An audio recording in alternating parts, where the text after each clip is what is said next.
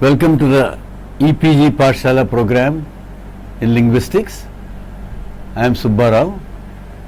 We have already discussed agreement in South Asian languages. Now we are going to discuss the more details concerning agreement in South Asian languages.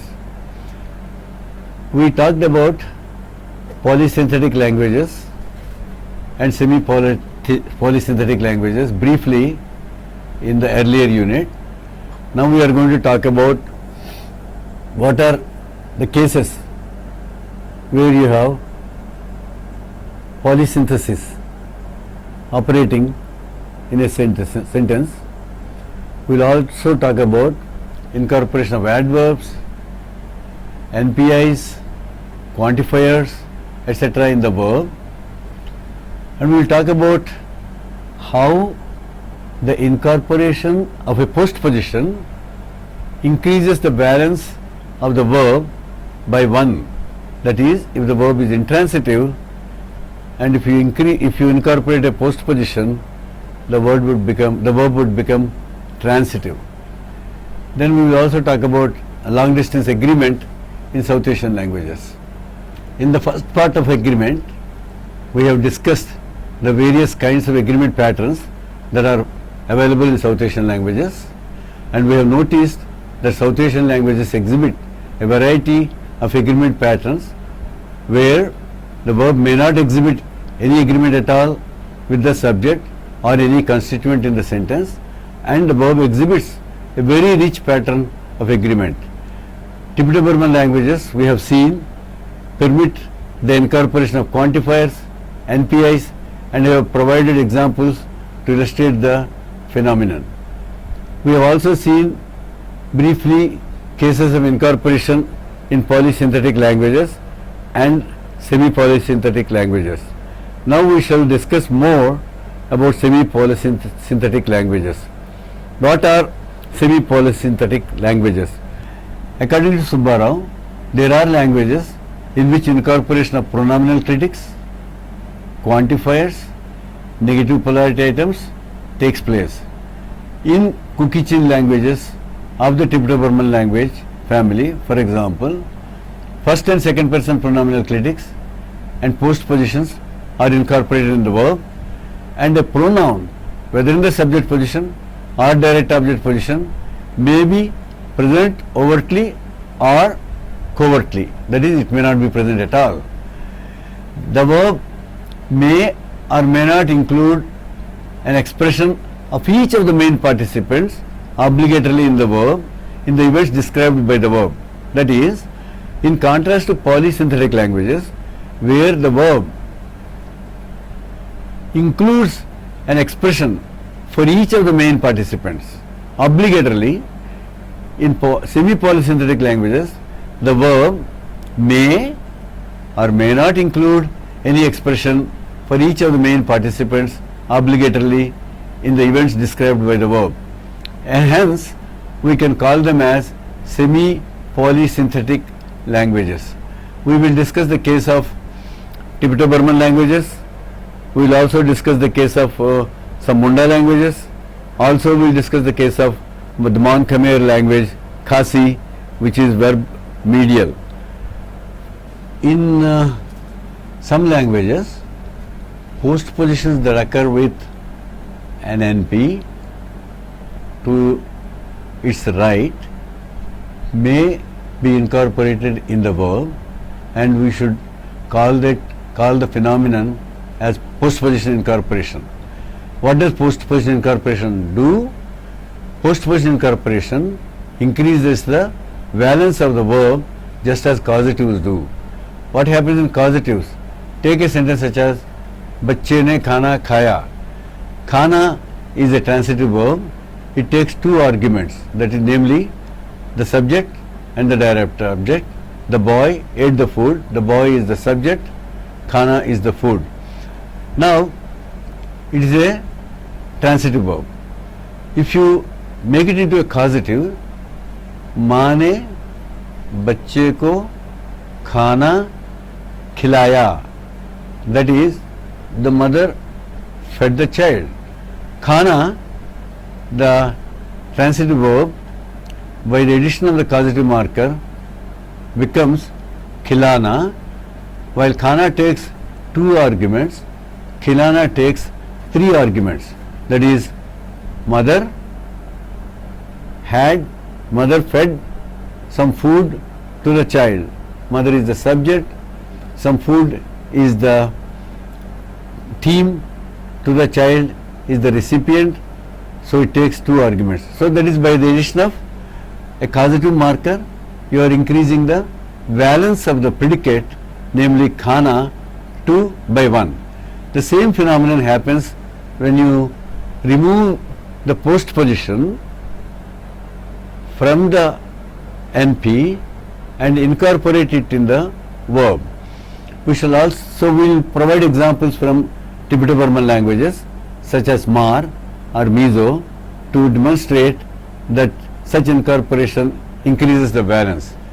In addition to Tibeto-Burman languages, you have northern Munda languages such as Santali, Mundari and Ho, and the Mon Khmer language Khasi, where you find incorporation of postpositions. Postpositions are also incorporated in the verb, and we shall see that postposition incorporation, how postposition incorporation increases the valence. Incorporation of quantifiers, NPIs, negative polarity items, adverbs do not either increase the valence nor do they decrease the valence of a predicate in Tibeto-Burman languages. That is, they have no effect. You can incorporate a quantifier. Take what are the quantifiers? Take a universal quantifier such as all. All the men came home. All can be incorporated in the verb, but it does not increase the valence of the verb come 2 by 1. Similarly, NPIs also do not increase the valence. Adverbs too do not increase the valence. Like, for example, in Tibeto-Burman language you have he runs fast. Fast is an adverb which is free, but the fast once it is incorporated in the verb, it is not free. So it's a bound clitic. But such incorporation, as we shall show, does not increase the valence. Khmer belongs to the Kukichin language family. It is a sister language of Mizo, and it shares many structural similarities with Mizo, but it differs syntactically in some ways. Let's take Mar example, where Zara Sami. The sentence is Zara in Amihmu. That is, Zara in is your ergative marker. The object is not overtly present. In Hindi too, or in Hindi or in any Indo-Aryan language or in Dravidian, the object can be pro-dropped. However, the object can be pro-dropped in Indo-Aryan and Dravidian languages only in a context. But in Tibeto-Burman languages, there is no need for a context because the object pronoun is incorporated in the verb as a pronominal clitic. In sentence number 1, you see Zara in, a, third singular, me, first singular, me is me of English, khmu, sa, Zara saw me. So this sentence does not depend on any context, and it can be said without any issue, unlike in Tibeto-Burman, unlike in Indo-Aryan or Dravidian languages. The next example, we should take an example of an indirect object incorporation. Take an example from Mar, Lala in, Lekabu, Ami Pek Ta. Lala is the subject. Me, Lala gave a book to me. Me is the indirect object. Book is the direct object. Now let's look at the verb. The subject has the agreement marker a, third singular. Me is first singular, indirect object. Pek is the verb to give. Ta is the past tense marker. So again, this you don't have to have the indirect object, like that is Kahnena. Kahnena means to me. It's not needed. In case you want to emphasize it, lala in kahnena lekabu amipekto, you can. But normally you don't have to use that. So these we can label them as rich prodrop languages, where you don't have the pronouns overtly present. Then let's go to an example from Mizo. In Mizo, Lali will eat with me. Lalin min a puyang. So here you can see the subject is ergative case mark, because all cookie chain languages have an ergative case marker that occurs to the right of the subject. Now you have the first person direct object min as the object agreement marker in the verb, and then you have a is the verb to eat, pui is with, is the postposition incorporated in the verb, ang is the future tense marker. So you have, notice that the third person agreement marker is 0. Why? Because first person direct object is stronger than third person subject agreement marker. So the third person agreement marker is not overtly present in any sentence where you have the direct object or indirect object in first or second person. Now we shall go to the incorporation of a postposition. What do you mean by incorporation of postposition? To repeat, you take an adverbial phrase. For example, let's take a commutative, and commutative means with me or with someone or with you. With is the commutative postposition. So you have the commutative position occurring with an NP, that is with John, with Mary, with me, or a pronoun with you, etc. What happens in Mizo or in other cookie chain languages is, you can have the postposition with incorporated in the verb, and the pronouns or the nouns will be bare NPs. Okay, let's take a sentence from Mizo where you have a commutative PP in the sentence. Lali will eat with me. Lali is the subject, with me is the commutative PP.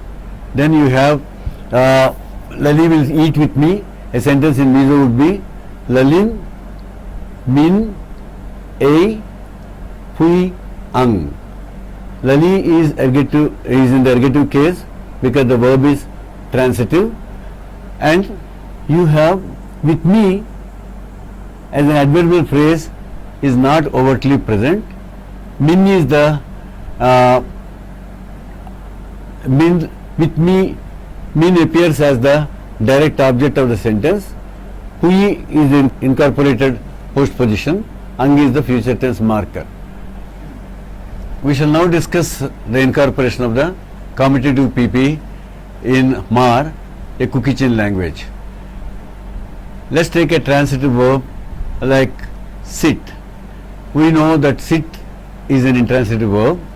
In Mizo, MAR and other cookie chain languages, the subject is ergative case marked only when the verb is transitive. Since sit is intransitive, the subject is nominative case marked. However, in sentence number 6, what you see is Lalin inchun pui katiche. That is, Lali will sit with you. Lali will sit with you. Here, Lali is in the ergative case mark. Lali is the ergative case mark. Why? Because the verb chun becomes transitive when the postposition pui is incorporated in the verb. So Lali, Lalin, inchun, pui, katiche. Lali will sit with you. Then let's go to now incorporation of adverbs. Incorporation of adverbs and NPIs and quantifiers take place in Kuki-Chin languages. As you can see in the example, Lali is always late. Lali chu atlai zia. Lali is the subject, tlai is late. Tlai, by the way, tlai, late, is an adjective in Dravidian or Indo-Aryan languages or in English, but here in Mizo and other Kuki-Chin languages, adjectives behave like verbs, so the adjective takes agreement marker like any verb. So you have a, third similar marker, tlai, late, zia, always. So your adverb is incorporated in the verb as to the right of the verb. You can also have intensifiers indicating quantity are incorporated, as in Lali studies less. Lalin achiyar claim. Lali chiyar read is a transitive verb. So Lali is a ergative case marked. Then you have the subject agreement marker for Lali as a. Chiyar is to read. Claim is less. Therefore you have Lalin achiyar claim, where the adverb is incorporated. Notice that this incorporation is not found either in Dravidian languages or in Indo-Aryan languages. We have seen that incorporation of an intensifier takes place. We are now, let's take as an example where you have an adverb which has an intensifier, as in sentence number 10, Lali runs very fast. Run is an intransitive verb, fast is an adverb, fast has the intensifier very. We provide another example of an intensifier incorporation from Mizo, again another Kuki-Chin language. You can see the sentence in Lala lokal Akhmu chuan Lali chu Akhlim aim or Akhlim khle. Here the intensifier aim or khle is incorporated. The sentence has the interpretation, seeing Lali coming, Lala felt very happy. Now we move on to the incorporation of NPIs, negative polarity items. Take the case of Khasi, a Mon Khmer language spoken in Meghalaya, where Khasi, note that Khasi is a verb medial language. You have a sentence such as Kaket balabam u ukinna kam pat e. Pat is a negative polarity item and it is incorporated in the verb. What does that mean? The banana that boy ate was not ripe. Notice that just like in Kuki-Chin languages, the adjective ripe takes agreement marker, which indicates that adjectives behave like verbs. Let's now move on to the incorporation of quantifiers. We know that in English or in Dravidian languages or in Indo-Aryan languages, quantifiers are free. For example, all the men came. All is a free quantifier and it is not part of the verb. Sab bacche aa gaye, but sab is a quantifier. All the children came, but sab children, sab all, bacche children aa gaye came. You can also say bacche sab aa gaye, all the children came, which indicates that the quantifier can move either to the right of the NP in Hindi. Okay, what happens when you have a quantifier incorporated in the verb? It just cannot be moved. Take this sentence without where you have a quantifier which is free from Mizo, and you have another sentence where you have the quantifier incorporated in the verb. In Mizo, I first provide an example where the quantifier is not incorporated. Take this example, we saw all of them outside. Kolaya, Kanvain, Khanchuvek. Kolaya, outside. Kanvain, we all, first plural. And first Kanvain is a free sub is an NP which has a quantifier wine and it is free. Kanvain, Khanchuvek. Kan is first person plural, chu is the verb to sit, and the quantifier is incorporated in the verb as wake. That is what we notice is that, and such occurrence of the quantifier is optional, which we are going to see now. So you have Kolaya, Kanvain, Khanchuvek, we saw all of them. You can also say Kolaya, Kanvain, Khanchu. This is the quantifier is just free and wake is not found in the verb. You can also have quantifier doubling in Mizo. You can say Kolaya, Kanvain, Khanchuvek. We saw all of them. This is a phenomenon which is not found at all in Indo-Aryan or Dravidian languages. Khmar, a Tibeto-Burman language, interestingly exhibits agreement with the possessor of the direct object. Take for example, you have a sentence like Zova washed my hands. Zova is the subject, my hands is the direct object, my is the possessive pronoun of hands, and interestingly this my triggers agreement in the verb, as you can see in sentence number 14. Zovan, Kakut, Ami, Sop, Pek. That is Zova, ergative case marker, my hands, A, third singular, me, first singular pronoun, Sop, Pek. What you notice is Kakut, the possessive pronoun Ka is overtly present, but it triggers still agreement as me in the verb. So you have Zova washed my hands. And take an example, let's say in Mizo, Zova Sami, Zovan, Mihmu, where me is the first person singular direct object that is reflected in the verb. Here you have seen that my, which is a possessor, triggers agreement in the verb. So this is called possessor agreement. Possessor agreement is also found in Munda languages.